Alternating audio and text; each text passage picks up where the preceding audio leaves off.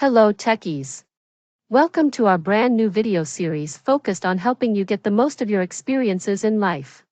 Before we start the video, let's know about Uptalk. Uptalk is a live, interactive platform for software training, furnishing robust personalities who could take on universal business platforms. Today we will focus on supervisory organizations. Supervisory organizations. They are absolutely required because they are one of the core concepts of what they see. Supervisory organizations are absolutely required in Workday because all workers are hired into a supervisory organizations. This is the piece for hiring workers, and without hiring workers, you will not be able to bring in workers. And Workday is an HCM product. It's all about workers and the different components related to the workers. But that's why supervisory organizations are absolutely critical and fundamental to Workday HCM. Now what do they do? What do they do? What are supervisory organizations all about? Supervisory organizations are used to group the workers into a management hierarchy to specify who reports to whom. That's all. It says who reports to whom. Okay. Now supervisory organizations can report to one another to form a supervisory organization hierarchy. So I will show you a graphic in the next page that will explain this topic. And each supervisory organization has one and only one superior organization. It has only one superior organization, but one supervisory organization can have many support in it. The supervisory organizations will report to one another to form the supervisory organization hierarchy. Okay. And each supervisory organization has one and only one superior or period organization. Alright. And it provides the context for staffing actions. Well, this point means that we will hire workers in a supervisory organization. We will not hire workers in a company organization. We will not hire workers in a location, or etc., etc. Those will be associated with the workers at the time of hiring. Now the point is, we will initiate the hiring from a supervisory organization. And the workers will belong to a supervisory organization. The other types of organizations are not that important, but supervisory organization is absolutely critical. Workers have to be hired in a supervisory organization. This is a common interview question. And even for configuration, we will always have to keep this in mind. Alright. So now let's talk about some other parameters of a supervisory organization. Like, let's say, each worker is a member of a supervisory organization. Each worker has to be a member of some supervisory organization.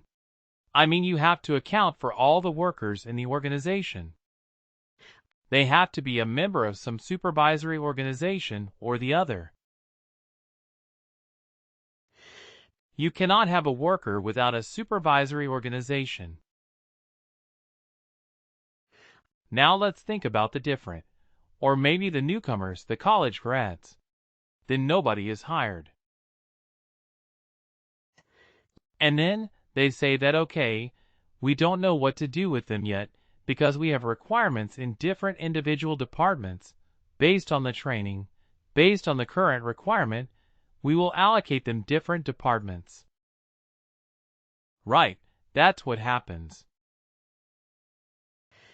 So then, How do you handle all those new hires, or campus hires, or freshers? How do you handle them? In which supervisory organization are they a part of? Now, but still, we need to hire them in a supervisory organization. So what you're saying is maybe okay. Based on their qualifications, we already have an idea of which department they are going to go.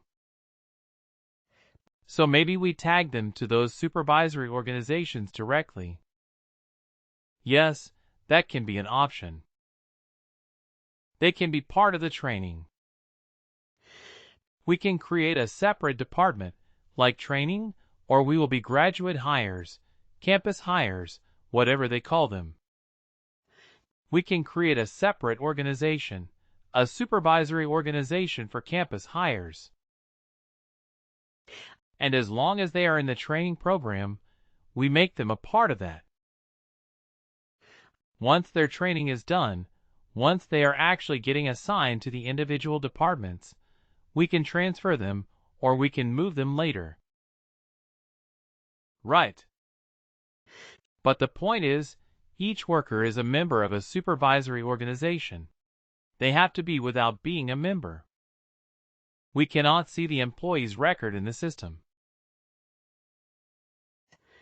They have to be a member of a supervisory organization. Now what do you think happens to the manager?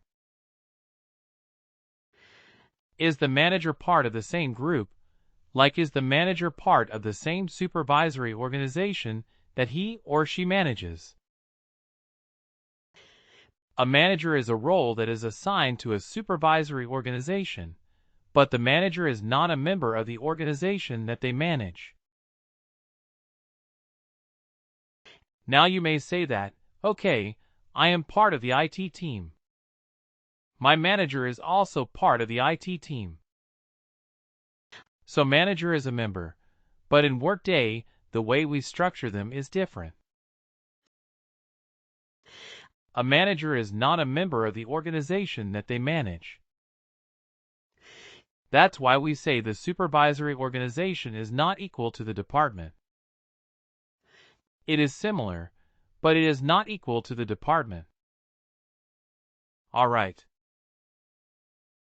The manager sits at a different level than the organization that they manage. It is mostly to do with the security access. If the manager is part of the same organization that they manage, then it will be a security nightmare.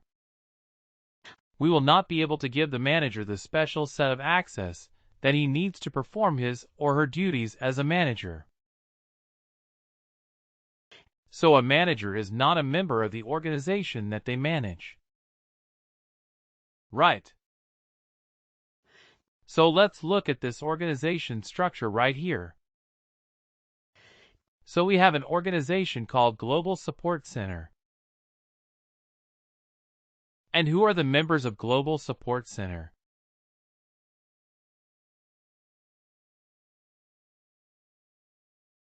Who all belong to the Global Support Center. People are part of the Global Support Center, correct? Now who is the manager of Global Support Center? Susan is the manager of Global Support, but is Susan a part of, or is Susan a member of, Global Support? No, right. Susan is part of what? Susan is a member, of which supervisor? Susan is a member of operations. And who is the manager of operations? So Mac is a manager of operations. What is Max? A member of operations. So he, Mac, is a part of executive management, but he manages operations. He also manages other departments as well. Maybe we don't know from this graphic, but he may be managing other departments as well. But he manages operations for sure, because we know that for a fact from this diagram.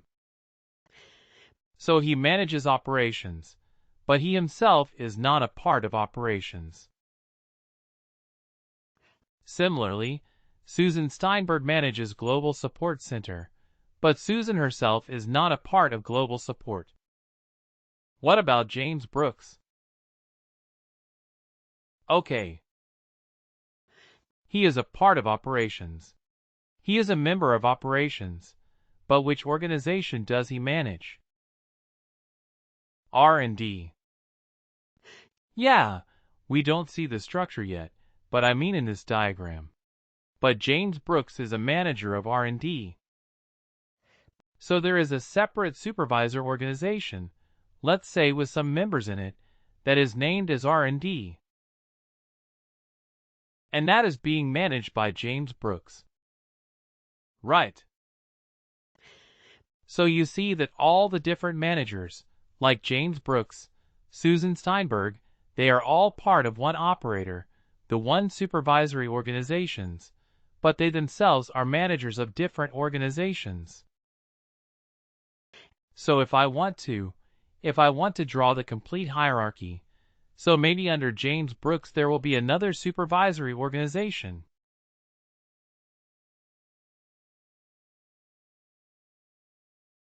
So we will call it as R&D.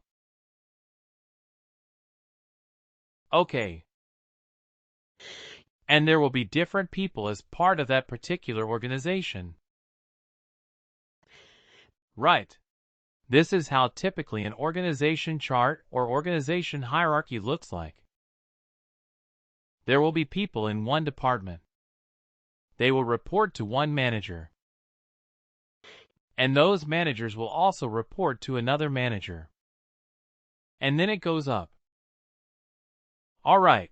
And then that we ask you this. A manager is not a member of the organization. They manage. Then what about the CEO?